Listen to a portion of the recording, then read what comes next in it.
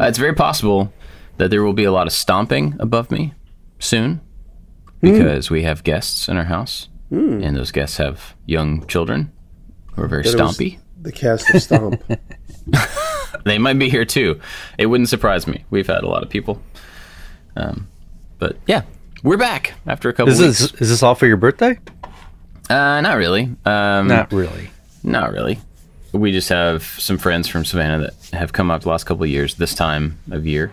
And we just got back from Florida. We were in Florida last week and did a little visiting family thing. And we, on the way back, picked up a friend of ours, a kid that's a friend of ours, from Savannah. We didn't stop in Savannah. We just drove by and picked up this kid and came home. And then the next day, other friends from Savannah came here. And so we've got a lot of people in our house, but it's good.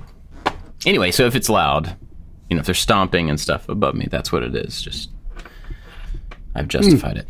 How are you guys? I'm good. I'm glad my racetrack event is behind me and nobody's hurt. That's what I keep saying.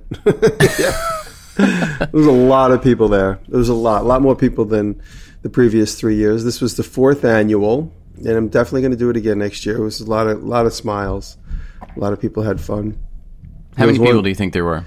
I was asking somebody last night. Someone said at least 100. Whoa. Probably 75 to 100 at one point. Wow. At the peak, which would have been at about 2 o'clock, 3 o'clock. The event is 12 to 6, and by 6 o'clock, there's just the close friends hanging around and the stragglers. And it was fun. I finally wrapped it up. I had to post my video, so I was like, everyone's got to leave. I got to go home and finish my video. And I was able to post by about 8 o'clock. It was a great day, though. And we had one bad accident, but they had helmets on, thankfully, and nobody got injured. Just a couple of scrapes. Other than that, it was a great day. Lots of handmade. I say about 10 handmade go-karts, and then a lot of even more than maybe 10 or 15 ones that were Facebook market buys within the previous couple days. Just little fix-em-uppers and it's fun. A couple of real mods. That's probably what I'm going to do next year. I'm probably going to buy one and mod it and build from scratch.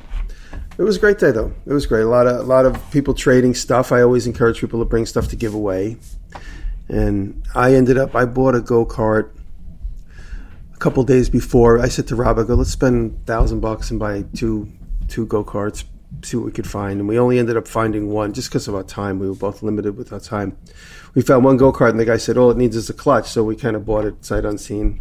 It needed a clutch, brake. It needed everything. And so it was whatever. We took it. And I figured we could all wrench on it at the track, because that does take place. A lot of people fixing up go-karts right there on the track at the back shop. Turns out nobody touched it. And at the end of the day, this kid Mason, who's come up here a couple times, we were all hanging out and talking at the end of the day, and we turn and look, and Mason's sitting in the car dreaming. And we all look. We go, look at him. He's sitting. It was like a little enclosed NASCAR. It was all enclosed, so it had like a roof and everything, and you got to climb in it sideways. And he's sitting in it. We were all laughing. I was like, Mason, you like that? He's like, yeah. I go, you could have that. It's yours. So he's got to bring it. He's got to bring it back next year, repaired and put together. That's awesome. Yeah. So it was a good day. It was a really good day. And that's next year we got to put up a little bit more rules, guard rules, and I might actually try and get event insurance for the day just in case. And maybe I'll get an ambulance and waiting. Maybe. Wow. We'll see. We'll see how I feel. Those things are dangerous. Yeah, ambulances are too dangerous. I know I might not have it then. You should just get the ambulance drivers to race on the track with you, so they have a reason to be there. That's and then you don't have to pay them. And it's weird when an event like that goes from, let's just get together and hang out, to now it's big enough that you have to think about this other stuff, the safety and just management and, different types of people and different opinions and different. The funny thing is, every time I bring this up to anybody, the first thing they say is, do you have insurance? I said, no. They're like, you're crazy. I'm like, whatever. I'm just having fun. And I did put up a sign. I know it doesn't mean anything. It says that a sign that says you enter this area at your own risk. You understand the risks involved. Racing on the track, and it's a sign you got to walk by to get through the fence. Well, what we do at the races is everybody has to sign a waiver at every race, Right. and saying you are liable for this is a dangerous sport. You are liable for your own safety and medical whatever. So Yeah, that might be a way around it. I did that year one, but then all of a sudden it was just like a wave of people, and I had like 3 people sign it, and I was just like, forget it. I know and that's why I figured I put up like a general area, because we do that. It's like a general release form when you're filming in a crowd. It's like, if you're going to stand in this area, you might be on film. And so if you're going to stand on the side of the fence, you're taking your own risk, your own liability. But I know that doesn't really mean anything, and lawyers listening right now are yelling at the computers. But next year I'll try and figure out something more formal. Yeah. I have to. It's important if it's going to keep growing. And it is a great event, because some people show up with things that they made that they're in the process of making that don't even go on the track. And, that's totally encouraged too. They don't necessarily have to drive it. It's all about creativity and just getting outside your comfort zone. And a lot of guys who never made a go-kart or played with one are like, I'm going to figure this out. I'm going to get an engine. I'm going to figure out how to connect it to an axle. I'm going to figure this out. And that's really what it's all about, more than going 80 miles an hour on a tiny little track. Which some people, that's all it's about. But that's cool too. Yeah. As long as they race alone and nobody else is on the track with them. If you race alone, you always win. There's a T-shirt for you. Donut Media put out a 3-video series a couple weeks ago on taking a little engine and seeing if they can get their little mini bike up to 100 miles an hour. And this engine is like, it's almost the exact engine that I use in my racing go-kart. And so each episode they're adding some things, and I have a whole video on building an engine. So I was wondering if I was going to get any traffic from that onto mine. But each time they did something, I'm like, no, you got to do this. And I'm like yelling at my computer. And then they do it in the next episode, or they do it later on in the episode. And I think they purposely slowly built up or did things wrong to create a little bit of suspense. And it was a fun series. Interesting. And they did not get not a motorbike. What is it? A little Like a mini bike. Mini bike, yeah. They did not get it up to 100, but they got it pretty darn close, and it was super scary. That bike that they have, it was in the garage when I was out there. They had just gotten it, and they hadn't done anything to it yet. And it's the same one that I got my wife for her birthday last year. I don't know if you remember that. Like, it's just like a Coleman brand, like a Walmart motorcycle. It's very inexpensive, but they're a lot of fun. A lot of fun. Well, we've been gone for a couple of weeks. Other than the racing event, what have you guys been up to? What have you been doing? I've been working on my pool table. I'm getting the pool table sorted out. I'm going to try and have that done by the end of the month. And I published a video utilizing my new Thunder laser where I electro etched a fake axe head. So the Black Raven is this very rare axe head that a lot of people like to try and find and buy. They're impossible, and if you get lucky and buy one for $2 or $3 from someone that doesn't know any better, you're very lucky. But a lot of times you got to buy them for $700-800. So I counterfeited one in a video, and I got more pushback on my Instagram post. Some guy wrote me privately and it's like, I'm really playing with fire, showing how to make a counterfeit. I'm like, my name is in it. It's a joke. And we kind of argued back and forth. I said, so what you're really upset about is that in 50 years from now, someone isn't going to remember who I am, and they're going to end up buying this axe head at a garage sale for $50. So you're mad that guy's going to lose $50 in 50 years. Because he said in 50 years from now, no one's going to know who you are, and this is going to trade hands. I said, okay, so you're upset about somebody buying this at a garage sale in 50 years from now and like losing $100 on a phony axe head. Yeah. That's what this conversation is about. I was like, stop worrying about nonsense. So what I've done. And then somebody else said, it might have been the same guy. He's like, well, this guy does it all the time. I'm like, all right, so then fight with him. I did it once in my life. He's like, showed me some guy who has a whole Instagram page dedicated to making counterfeits. And the whole thing is like, I'm making a counterfeit. Would you like to buy this counterfeit from me? Yeah, so they're all like abandoned brands. That's the thing. In the toy collecting world, this happens a lot, where there's people at home who sculpt or kit bash together different characters, and they'll make their own kind of counterfeit version of a toy that was out, an action figure or something, and then they mold and they cast them and they sell them. But for somebody that doesn't know that it's a fake intentionally, I mean, they're intentionally a fake. But for somebody that doesn't know that, they may think it's a classic toy that's still in the box and just happens to be brand new or whatever, and they might buy it. But it's a very known quantity in that world that you remake old figures, you recard old figures, you do all this stuff as like a homage or whatever to the original, So maybe that's just not common enough in that guy's world for him to understand that it's a really, really common thing. And it's most people who actually care about something being valuable know whether it's a true thing or not. That's what I said. I go, people in the know. He goes, yeah, but people in the know don't know. Some people don't know. I'm like, all right, so... Those people are not going to pay hundreds and hundreds of dollars for an axe head that has a name on it either. Yeah, that's what I said. But whatever, it was fun. I mean, I did it specifically to get to go to people like that. And Can you explain the process? Because I saw that you did that on the laser, and I was really curious what the...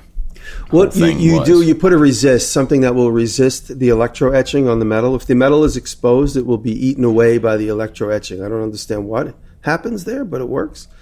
And a lot of people told me by putting salt water and creating that electrical process inside of the bucket, I'm creating chlorine gas, which I didn't know that, but I lived to tell the story. It's a very open space. I wouldn't do it in a confined space. You take the metal object, spray paint it, and then I laser etched away what's going to be exposed to the water. Then you put the positive lead on that. In my case, I hung it off of a piece of steel, so the steel transferred from the positive lead to the axe head. And the negative lead goes on at just a piece of metal that's stuck in the water. And you put it in salt water, and the electrons go from one to the other, and all the while eating away any metal that's exposed. And to get the fine detail, the only way I could do that is if I laser etched it away. It's the process that was used to do this exact same thing to the original axe heads. That's why it looks so on point. But the difference is back in the day, they would have done a photographic mask. They would have done it photographically. They would have exposed a piece of film and then transferred whatever that emulsion is onto the axe head, which could probably still be done in a certain way. Like, for instance, if the axe head was perfectly smooth, you could probably silk screen on all the bits of the graphic and get a nice perfect resist like that on the curved surface. It's a slightly curved surface. And then just wrap up the rest of the axe with tape or something to keep it protected, and then do it that way. So that might have been the way they might have done it in production. And if you see an original Black Raven axe, which is the one I copied, you'll notice that the etching is never perfect. I did a second one, which I didn't show. I only showed on Instagram. And the second one came out really bad, but a lot of people who know this axe, it's as good as any of the ones that have been out there from 100 years ago, even though it came out really bad compared to the first one. The first one came out almost perfect. Interesting. But it's an interesting process, and there are some people that discover this process and go crazy. There is one guy on Instagram whose name I won't be able to remember before we finish, but I'll try and look it up. And he does it all the time to hammers and axes, and he puts all his own branding on it, and it looks amazing. His logo is like a big hand, and I think he's in Europe. So he sells axe heads and hammers, all deeply etched. The longer you leave it in, the deeper the etching goes. And it really is impressive. You look at it and you go, wow. This is amazing that did you carve this? That's what most people think. And a lot of people don't really pay close attention to the video. And they're like, I don't understand why you took a perfectly good axe and spray painted it red. What is spraying it red have to, I painted it red just because it looked good on camera, but a lot of people are like, I don't understand why you painted it red in the restoration process. They don't even understand that. I need to do a video where I explain it. But they don't understand that I sprayed it red to create a resist, to then expose with the laser and then the etch. They thought like it was the original act. They thought like by the time it was done, that's what it looked like to begin with. I just showed it off because it was buried under rust. Yeah. A couple people misunderstood. I don't hear any stomping. I just hear roosters. Yeah. I said, should I let the roosters out? They didn't have water, so I didn't want to make them wait another 2 hours. So I was like, let me let the birds out. They'll stay on the other side of the yard. I'm on the extreme east side of the house, and they're all on the west side of the house. But wow, They all walked over here. I'm sorry. I have 2 wraparound porches, one on the front, one on the back, and they always just hang out under the porch. I have 40 acres. They can go anywhere in 40 acres. I have 2 barns. They could go stand in both of those barns. They come right to the kitchen window every time. And I don't feed them from here, so I don't know what brings them here. Huh, that's funny. Sorry. Crazy. But that's it. Well, that's cool. I enjoy the atmosphere that they create. It just feels good to hear a rooster. I just did 12 voiceovers for this old house maker channel. And in every single one of them, the rooster's crowing in the background. I can't stop. I gotta go. While we were in Florida, we went to some friends. They have a little farm down there, and so we went to visit them. And they were showing us all the different animals that they have and stuff. And they have goats, and I guess goats and chickens are probably all they have animal-wise. But they have a big garden and bees and all this stuff. But this rooster, I don't spend a lot of time around chickens, so I don't have a big concept of how big chickens are or how big they can get or wherever. They had this rooster that was massive. It was scary. Like, I wouldn't have want to go in the pen, and it got me thinking about you, and I'm like, does Jimmy actually have to fight these giant, like, feathery monsters all the time? I don't know if yours are as big as this one. No, well, we have roosters can obviously be aggressive, and I have one full large rooster. He's a big one, and 2 minis. There's species that I don't know what the species is, but they're smaller, much smaller. And the one that constantly makes so much noise is the smallest one.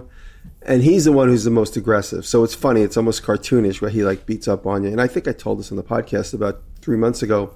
I was showing my friend the rooster. I'm like, he's the aggressive one. And I kind of kicked him a little bit. Not hard. Like I just kind of stuck my foot out for him. And he came at me and attacked me. And his spike that's on his ankle got stuck right in my shin bone. And then he fell. He got hooked on my shin bone and fell. I think I told the story. And then immediately I had severe pain right down the front from my knee down to the top of my foot. And I was like, oh no, that's it. I'm going to lose my foot to a chicken kick. I thought I was going to get a bone infection. And it took about 7 days for that severe pain to go away. I thought I had infected my bone with a chicken spike. Just being like, oh, look at how aggressive he is. He's fun to annoy. And then here he is. He's like, removes my foot in one swift kick. Wow. But, yeah, so you do got to be careful. Those spikes can hurt.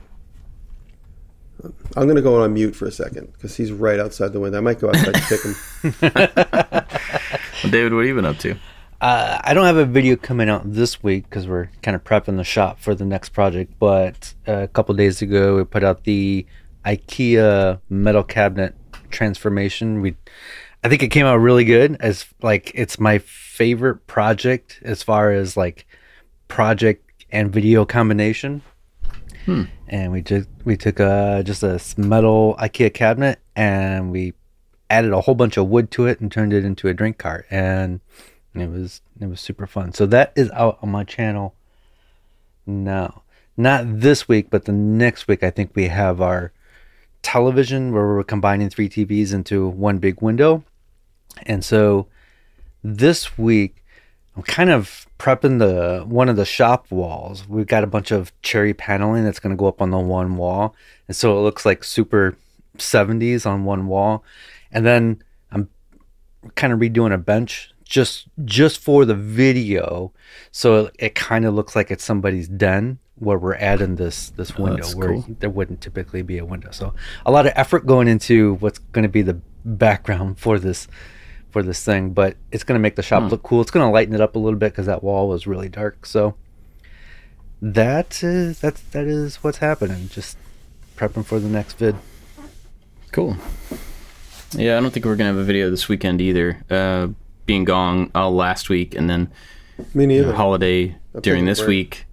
Yeah, it just it's kind of hard to get it all done. I'm working on a project that we'll have in a week or so, but it's not there yet. But the fun thing was, and I can't wait to show this to everybody, but before I left, we shot a really fun intro for this upcoming video.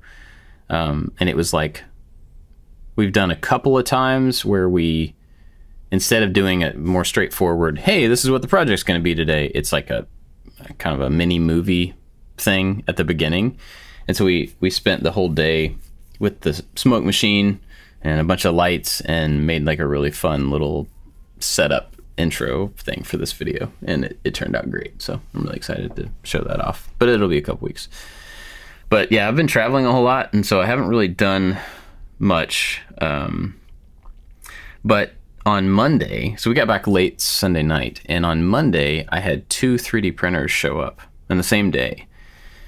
And so part of my Monday was assembling printers, and one of them was one that I ordered a long time ago. It was the Prusa XL, and they just started shipping recently. And this thing is so big. And the reason I'm bringing it up is because these are both kind of unique printers to printers that I've ever used before. But I wanted this one because it is so big, and it's way bigger than I was expecting it to be. But I have to assemble it, so I'm not done. Yeah, I haven't used it yet. But it's big enough that you could print. Golly, I don't even know how to even tell you what the measurements are. But it's big enough that you could print like a full-size helmet inside of it in a single piece. And like in every dimension. It's probably 14 inches cubed, maybe bigger than that. I don't really know. I didn't measure the thing, but it is very stout, very heavy. So I'm in the middle of putting that one together. And then the other one I got was this company called Bamboo Labs reached out, and they've got a printer that that's gotten pretty popular. And they wanted to send me one, and I get a lot of emails from 3D printing companies like, hey, can we send you their printer, and all you have to do is a 15-minute review video or something. Like, no, I'm not gonna do that. But this company reached out, and I'd heard about these printers, and so my initial response was, you probably want a review. We don't really do that, sorry. And it was interesting because the guy responded with, I don't want anything from you. I want to send you a printer, and if you like it, then send me an email back, and we'll talk about maybe sponsoring a video or something in the future.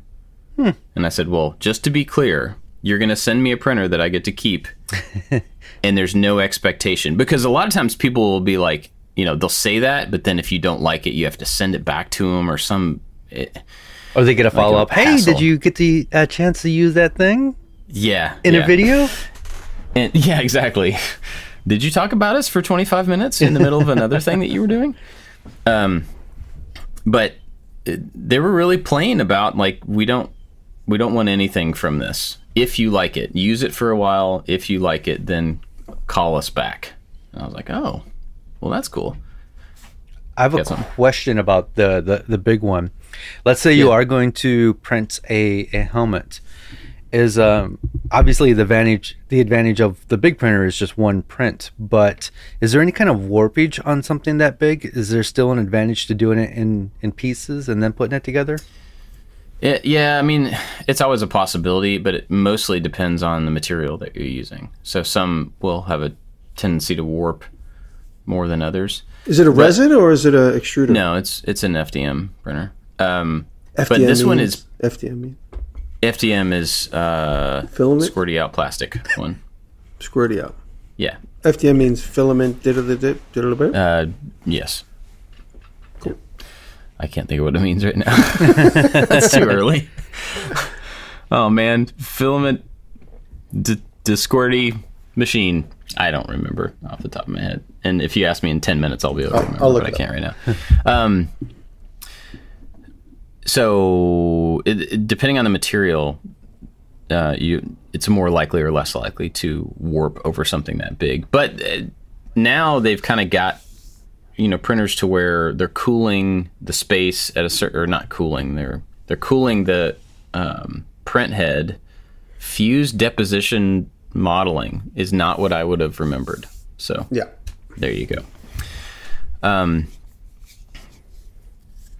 Anyway, they're pretty good at cooling, and this machine is partially enclosed. The top is open, but it has a back and sides, and that helps, kind of cradle some of the heat around the thing. It has a heated bed, so always a possibility. But anyway, this Bamboo Labs printer that I got is... That's the one that could discharge colors on demand too, right? Yeah. It's got it's got a thing on top of it where you can put 4 different rolls of filament in it.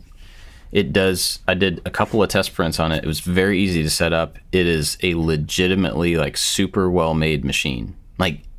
It's impressive. Glass front, glass top, powder coated metal enclosure, and it's got all this crazy stuff, and I'm not trying to shill for them. I just was surprised at how impressive the 3D machine DIY was. Dave is always playing with them on his It's channel.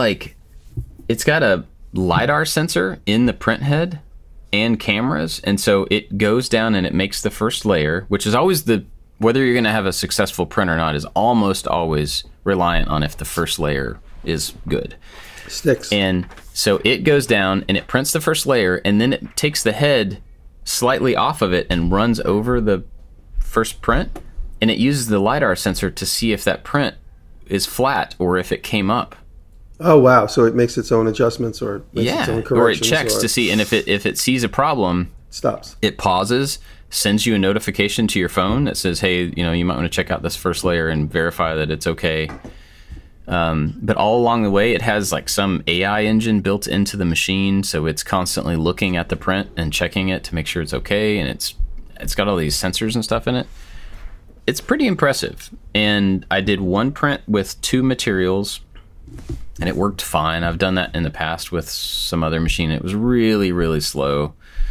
This one seemed to be pretty quick about switching between the filaments and stuff. So pretty excited about using that one and trying it, for some different things. They sent some PETG that has carbon fiber built into it. So it's like a strong carbon fiber, or strong PETG. Don't make a submarine out of it, though, right? I promise.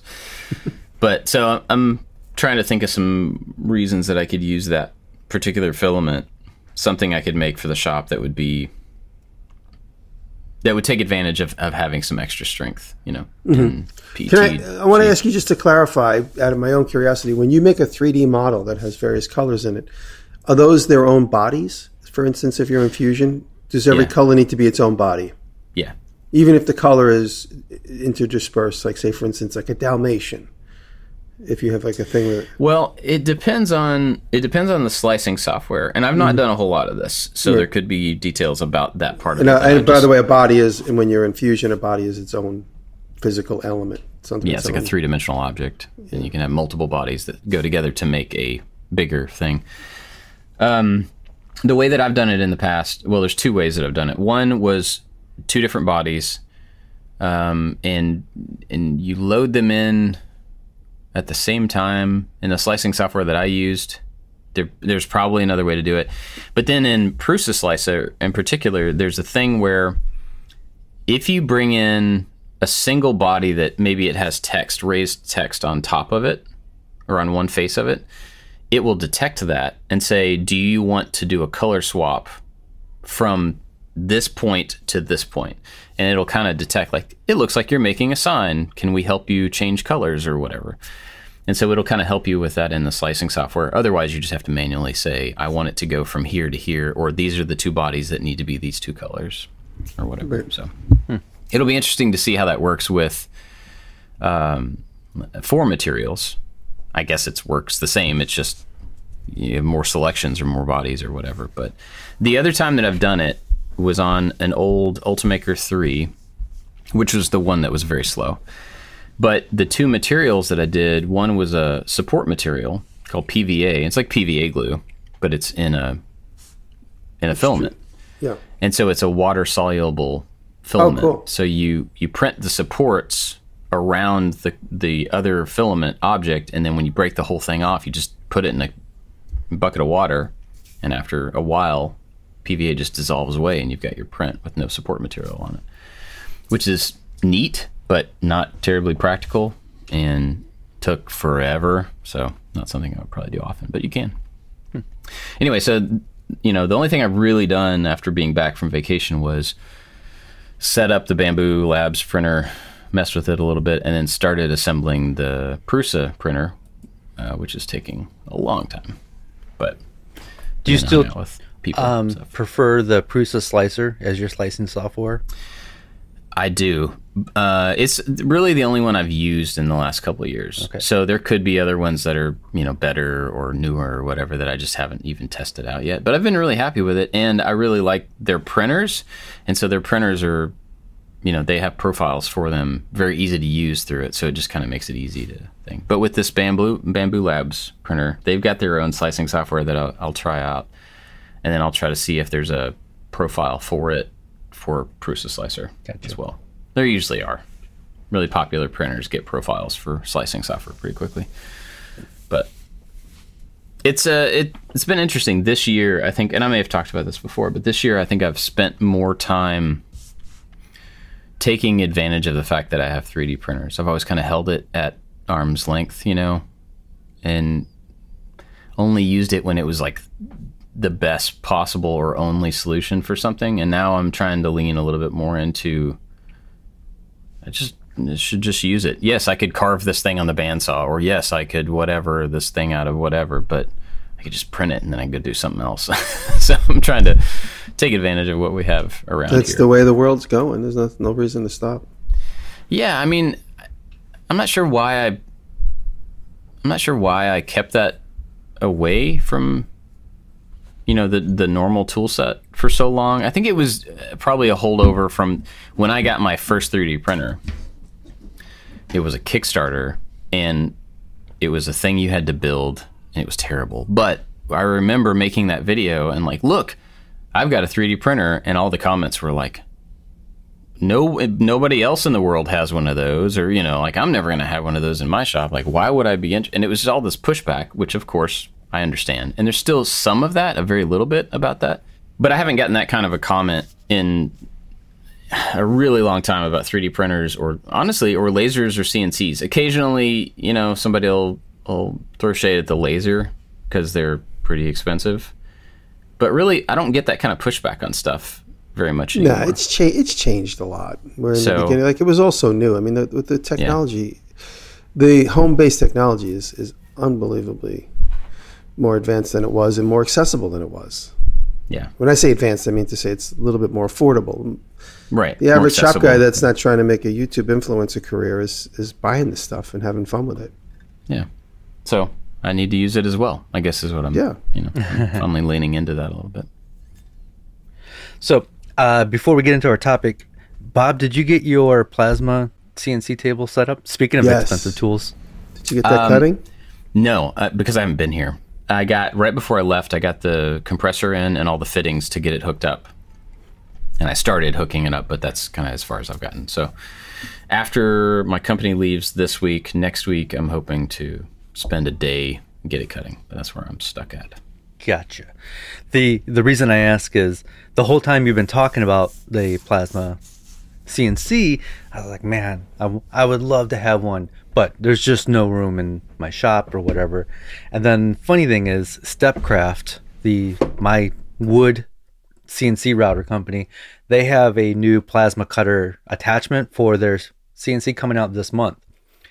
And they reached out and they were like, hey, we want to send you the plasma cutter to use in your videos. And I was like, yeah, my CNC's in a wood shop. I don't have, and it's too big to move into the garage. And then we worked something out where I'm getting one of their smaller ones and then getting the plasma cutter on the smaller one. So I won't be able to do like big sheets or whatever. So I've been researching this now, wondering what I could do with it.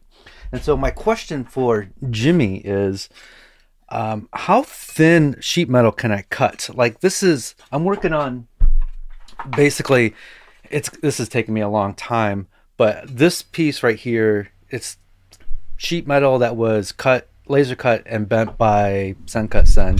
And I'm working on this like, it's going to be like an arcade style music maker type thing. Right. Can I cut really thin sheet metal on a 100%. plasma cutter? Yeah, 100%. Yeah? You just got to move. You can move really quickly with thin sheet metal. You'd be amazed at how fast it can cut thin sheet metal. Thick sheet metal, the thicker it needs to cut, the slower you got to do, just like anything.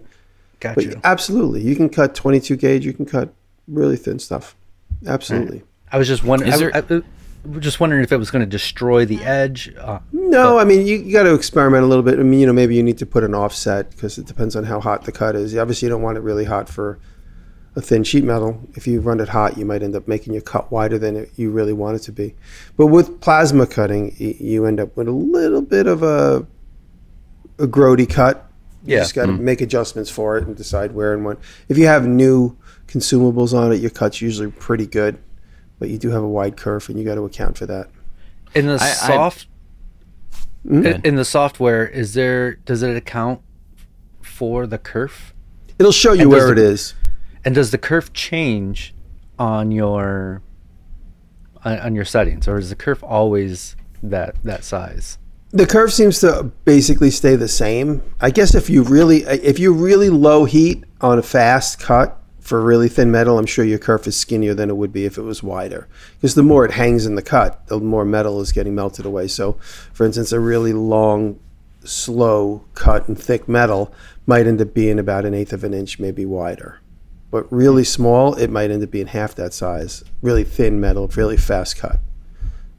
So I think it's been my experience that the longer it hangs in the metal, the wider the cut is. But then it does show you in the software where it's supposed to be. Okay. Which side of the vector. Is there any warping if you, like, can you use too much heat or stay in a place too long on thin material? You could technically keep it. Thin metal will probably flex from the heat, but that's why you cut it fast and you can keep it wet. If you have a wet table, that's why wet will. When you cut it on a wet table and the water's filled to the top, because a lot of times the water also sucks up the smoke and debris. It keeps it from blowing everywhere, so it's like technically a little bit cleaner. You ever see guys that have plasma cutters in their shop with an open bottom table, and it looks like the surface of the moon underneath it because they never clean it. It's just bits and pieces of metal and thick, black, scrappy dust. The water table will trap a lot of that, but also the main function is to keep your material from warping from the heat.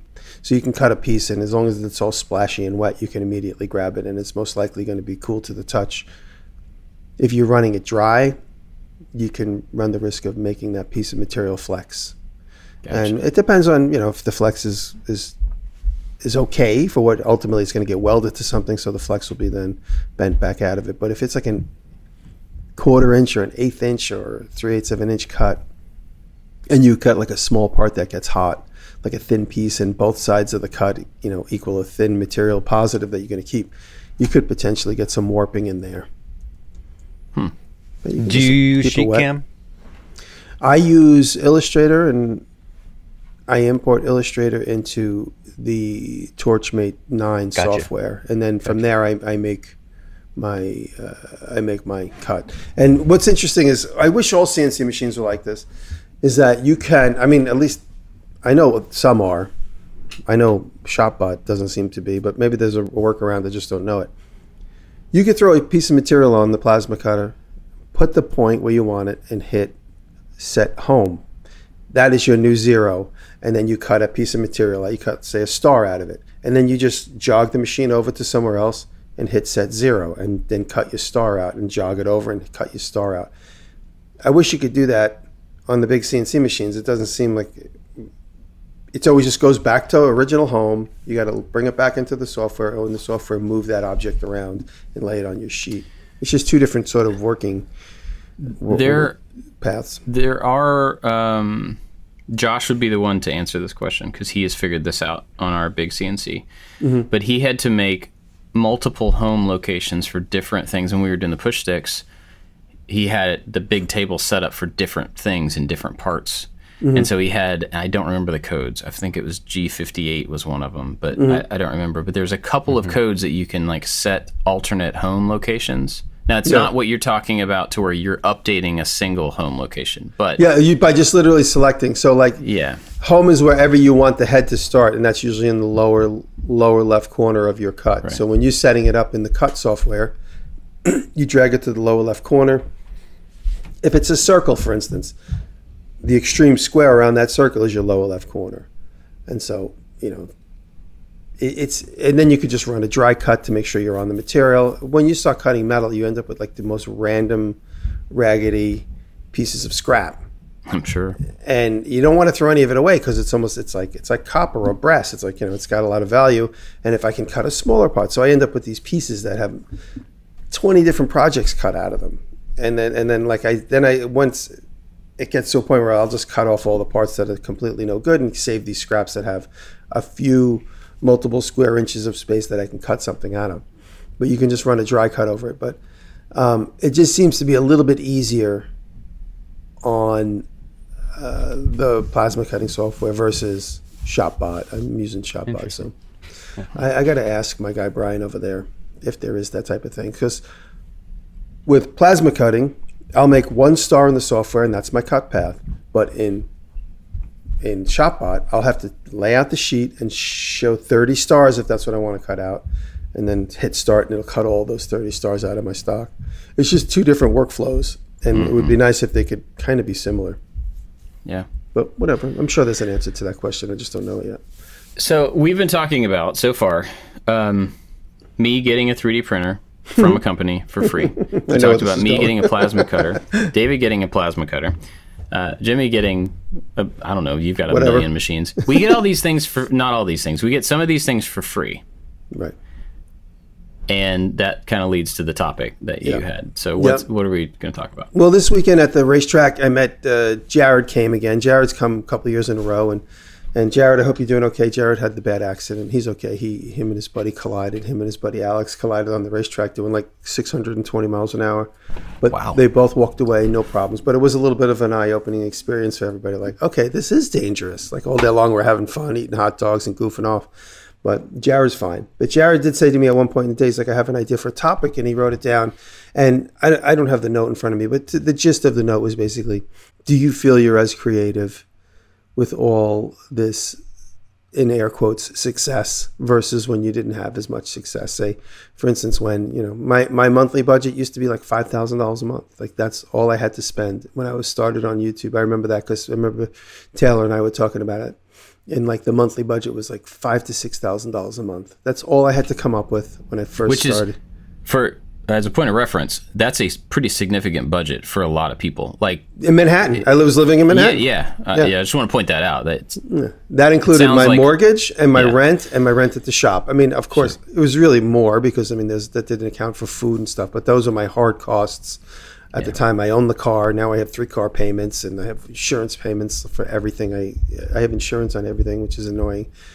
Long story short, obviously, and I remember one of my teachers said it to me, my buddy Kevin, he said to me, the older you get, life gets more complicated and more expensive, and there's almost no way of stopping it. It just happens. He says you develop more credit card debt, you develop more car payments, house payments, insurance payments, life insurance. He said, you just get on this wheel and there's no way of stopping it. I remember Kevin telling me that when I was in my second year at school in 1987, my second year in his class. And we were sitting at the Cooper Union Museum and we were having a coffee together, and he must have been a little depressed about something, but he just said, life gets more and more complicated the older you get. He goes, just try and enjoy it as much as you can. He goes, despite the complications that are going to come your way. And he rattled off all these payments. And I think about that every time. He must have just made a big payment. Yeah. And Kevin is 10 or 12 years older than me, so he wasn't that much older than me. But he was a big mentor. He still is. And I always remember that when I look at my monthly bills. I just remember Kevin saying, life gets complicated. He goes, enjoy the ride. So as life gets complicated, do we lose our creativity? Or does creativity flourish? And that's really what Jared's point of question was. Does life get more complicated and less creative, or is our life becoming, well, I'm using the word complicated, but really what he was saying is successful. Do we make more money? We make a lot more money than we did 10 years ago. Does that make my creativity stifled, or does it make my creativity flourish? I like to see him. I tend to like to see my creativity. My answer to that question, I'll start, is I like to see my creativity and my successful life in 2 parallel universes. Yeah, I could make crazy, cool, fun stuff with bigger machines, but the impetus for my ideas and the impetus for my creativity is still that childlike curiosity that, oh my God, look at what happens when I click this pen. You know, like, that's cool. What can I do with that? And, you know, every time I decide to make something, I always go, okay, what can make this easier? Can I use a CNC machine, or do I just go right back to the table saw? For instance, I made the legs of the pool table yesterday. I made the beginning of the legs, which is this trapezoidal pointy leg. It's a tapered leg, but it's got 6 sides. I could have laid that out on the CNC machine, cut it on the CNC machine, but I'm like, that's going to take so much programming time that I don't really. There's got to be a simple, practical way when you see these YouTube videos of guys working in India with these machines that have been recycled from a different country, and they're all walking around with no shoes on, and they make beautiful products with the most practical, reduced, simple methods. And so inspired by that, yesterday I made these legs on the table saw with a crazy glued up jig. Like I just took some CA glue and made this jig, which you'll see in the video, to make these tapered legs from rough cut pieces. I rough cut the tapered legs, and then because of the jig, I was able to bring them into focus, make them perfect, each one of them exactly the same as the previous one. And that's just from watching these guys just do practical stuff. I could have just as easily, I could have went to my CNC machine and laid out this CNC pattern with this tapered 30-degree angle on both 60-degree tapered sides and blah, blah, blah, blah, blah, blah, blah, blah. But I didn't have to. And so I like to think that my possibilities are expanded tenfold, maybe 100-fold because of the financial success I've had. But I don't rely on it. I don't constantly keep trading up. I'm also a little bit of an old school guy. I spent so much time being poor that I tend to resort to those simple methods versus jumping into the CNC machine. And so I like to think that, yeah, my possibilities are endless, more endless than ever before. But my inspiration and the things that inspire me are the simplicity and the childlike nature of anything. Case in point, during the go-kart event, there's like the one guy has, my friend Chris, the alchemist, he has a go-kart that has a motor and a belt that goes to the axle, but he doesn't have a gas pedal. He just has it floored wide open. And what he has is a slack belt. So when you're stepping on the gas, all you're doing is pushing a pulley into the belt that creates the friction, just like a power hammer. So that's how you drive his go-kart. And you know how you stop? That's you pull a lever that rubs a sneaker against the rear tire. Wow. And it's like a cartoon, but it's amazing. And it's built on top of a ladder. It's built on top of an aluminum ladder. Any chance this was one of the carts in the accident? No. The two guys that crashed were like, and I know Jared's listening. So Jared, you and Alex remind me of guys that go from town to town, and you come in with like a souped up, 1970 Chevelle, and you're like, this car can take everybody's pink slip. And you steal someone's girlfriend, and you steal somebody, you win a race and you steal someone's car, and the two of you drive away in two Chevelles. You came in one. Mm-hmm. And these two guys seem like that, but in the go-kart world. They show up with a flatbed, they both put helmets on, they take their carts off, and then they're doing 95 miles an hour. And I didn't even think like I could possibly blow a belt on my 1920s go-kart. Jared's got like 4 extra belts with him. He had to rebuild his clutch one time. And it's just funny how these guys, they just seem like go-kart hustlers. They just show up. And Alex always just wears a tight white t-shirt that's never dirty, but he knows everything about motors. And Jared's like all covered with tattoos. They just look like two go-kart hustlers. Like they go from town to town, like stealing people's go-karts by winning them in races. So I don't know. So, awesome. I kind of think of creativity in 2 different categories. There's the creativity as far as design and aesthetics, and then there's the creativity in problem solving. And I don't think having any more money or bigger budgets has affected the design part of it.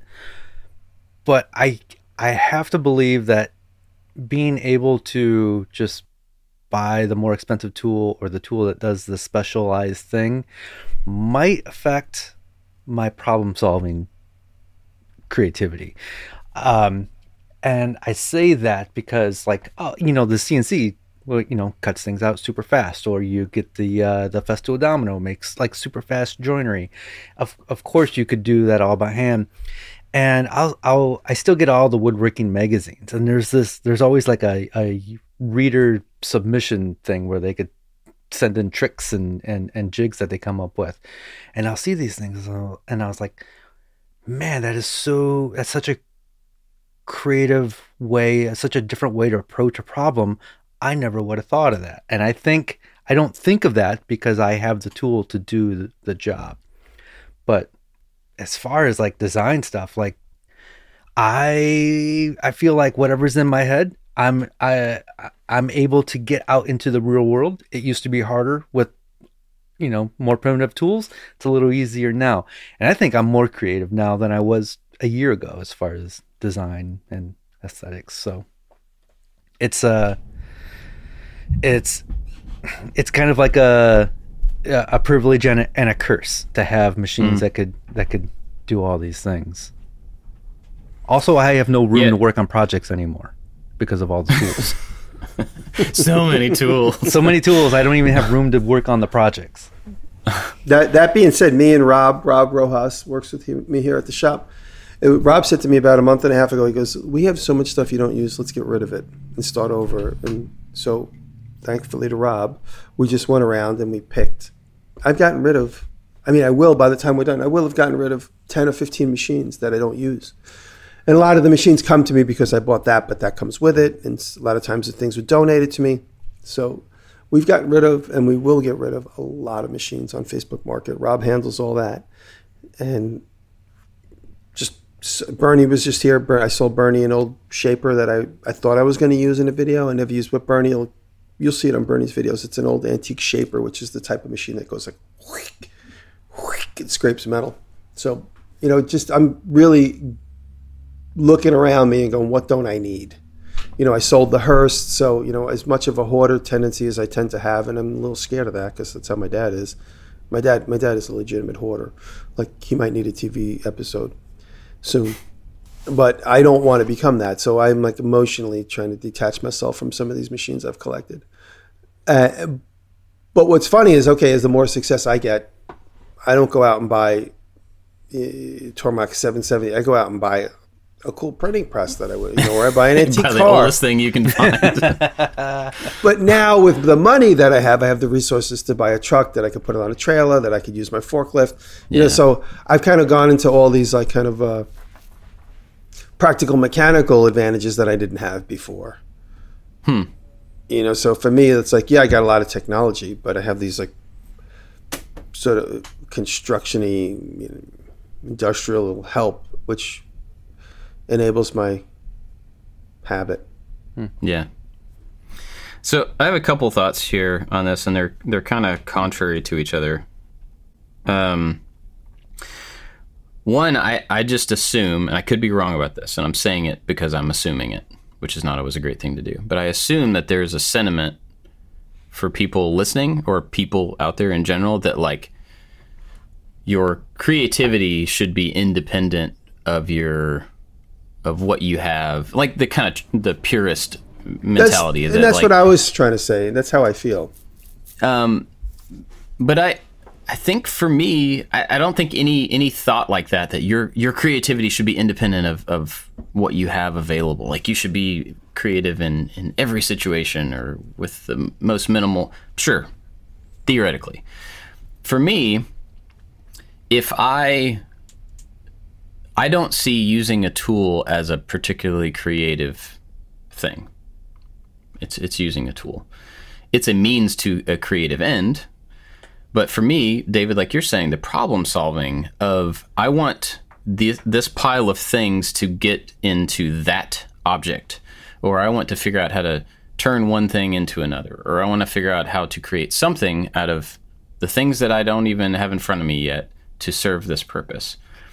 And so the problem solving part of not just how to cut a piece of wood, not that problem solving, but the problem solving of I want a thing that doesn't exist yet. To me, the more tools or the more fundamental problem solving elements you have, the easier that's going to be. And so my whole thing, for me personally, is that I would just want to be able to accomplish anything. So the more tools I have for that, it's just more arrows in the quiver, kind of. That's the way I look at that thing. It doesn't mean that I have to have those things, but the more that I have available, the more I'm going to take advantage of, which I think is what I'm talking about with the 3D printing and the laser and all that stuff lately. I'm trying to take advantage of the stuff that I have because I've been pushing it back for that mentality of you shouldn't have to have a laser to be able to do it, whatever. So that's one thing that I think maybe I think about that a little differently than what I assume other people do. Again, that's a big assumption on my part, so I could be wrong. But I think being successful, or I don't know how you want to say that, but being successful or just having the money to buy the tools that you want or having the tools available to you or however you want to think of that, I think it lowers the barrier to accomplish your task. For me anyway, if I don't have to leave my shop to get something done, to get an idea into the real world, like that's awesome to me. And so the more success there just makes that more reasonable, more possible. The downside of it, the flip side of it, is that I've noticed over the past several years, the success and growth of our company has brought on more people. Just like you were saying at the beginning, Jimmy, it's brought on more cost, more salaries, more insurance, another property, all this stuff that even when things are going well, it's still this giant elephant that is sitting on my shoulder that I am having to mentally balance against. I want to make a table. What's a creative way to make a table? Like, a table would be nice. How can I think, I'm trying to think about this micro interesting problem solving thing in front of me. But at the same time, I've got but there's salaries and unemployment insurance and, all this other stuff. So the success of it, and to keep it going and keep it growing, you have that additive pressure and weight and attention that has to go somewhere else away from the actual creative thing that I enjoy doing, that got me started doing this, that makes it all possible. And so it's kind of, I don't know, that part of it, I think, is the bigger thing for me. It's just that my mental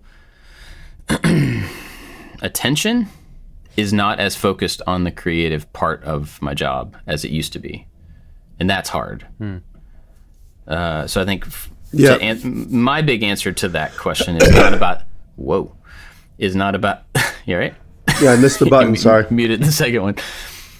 My answer to this question is less about do the tools make it more creative, or less creative? Does the success make it harder to be creative? And I think it does for me a little bit, just from the sheer split mind thing, where I have to think about all this other stuff versus the thing. So that's my answer. And I don't know how to get out of that. That's something I've spent time thinking about. I could fire everybody and shut everything down and just go back to me in the garage. That sounds not great. That's not practical. But I don't know how to take what we have and the current success and the current state of everything. And you guys, you do it in the way where you guys take a trip, but maybe you need to spend more time tinkering by yourself. That's what you need to do. I think tinkering alone is really important. A lot of times I like being alone, and it's really where my best ideas come from, when I'm unencumbered, nobody's talking to me, nobody's asking me a million questions. It's people come and they go, "Why'd you get this? Why'd you do that? What made you think that? Why'd you do that? How come you did that? What is this? Why is that?" And it's just like, woof. Yeah, I got to take a nap when they leave.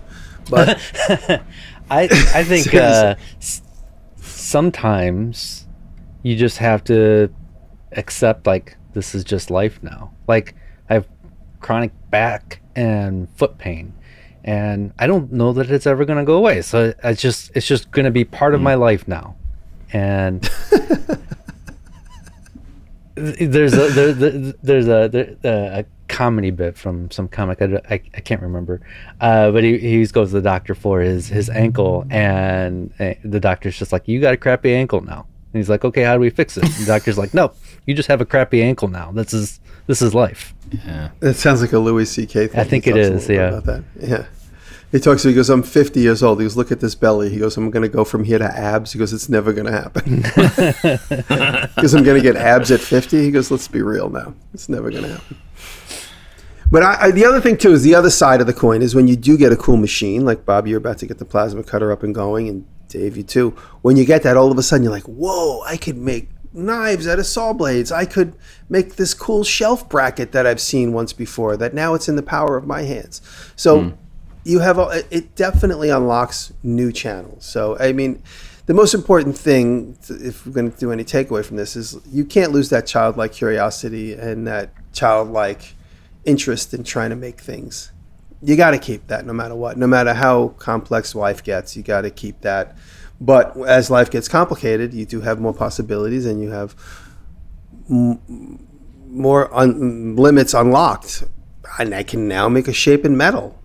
I can make any shape I want in metal. It fits on my 4-foot wide table, up to 1-inch thick steel. I think I cut 1-inch thick steel once, so maybe 3/4 of an inch thick steel for a vice base for Lucas.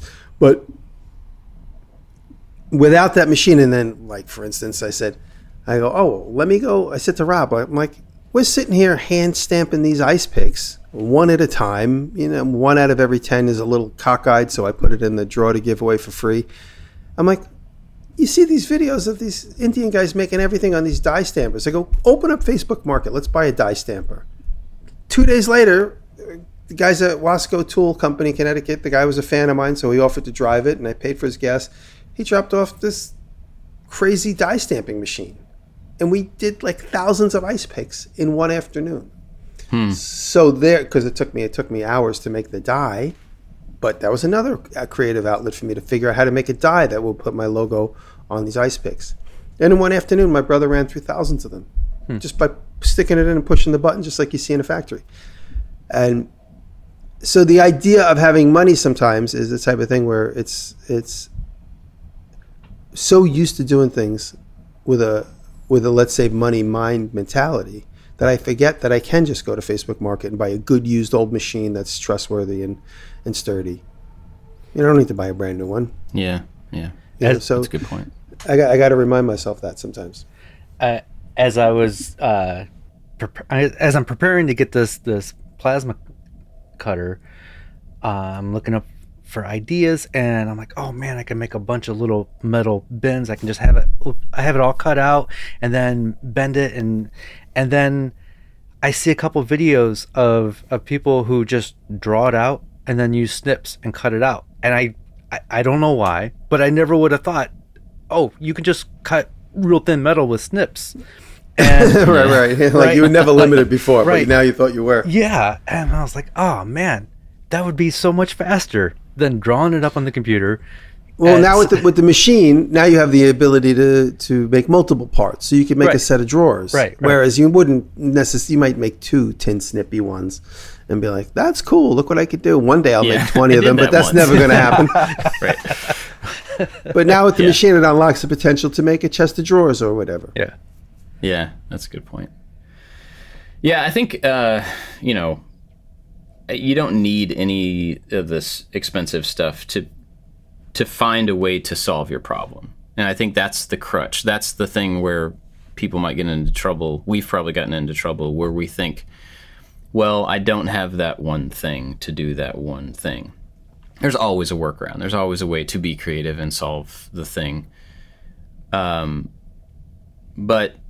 depending on where you are and how you go about making, being able to have bigger machines, more machines, something to do everything you can think of, it might be a crutch. It might be the thing that allows you to actually execute your ideas. It just depends on who you are and how you work. Some people like to make, tables, and that's the thing that they want to do. They just want to make tables. And so they don't need all these other extra stuff to make tables. I barely ever want to make the same thing twice. And so I can't stick with a single tool set. But that just shows you how different, even the three of us, how differently we go about what we enjoy making, how we do it, how often we do it, how many times we do it. That stuff's all different. So it's a bit of a different situation for everybody, I think. Any other thoughts? We had to restart our recording in the middle, so I have no idea how long we've been talking. But thoughts? Anyone? Anyone? No? No, I think, it's just... You got to remain creative regardless of what happens, and I think if it's in your spirit, it's in your spirit. But when you do get a new machine, that spirit leads to being able to take that machine and use it to its potential.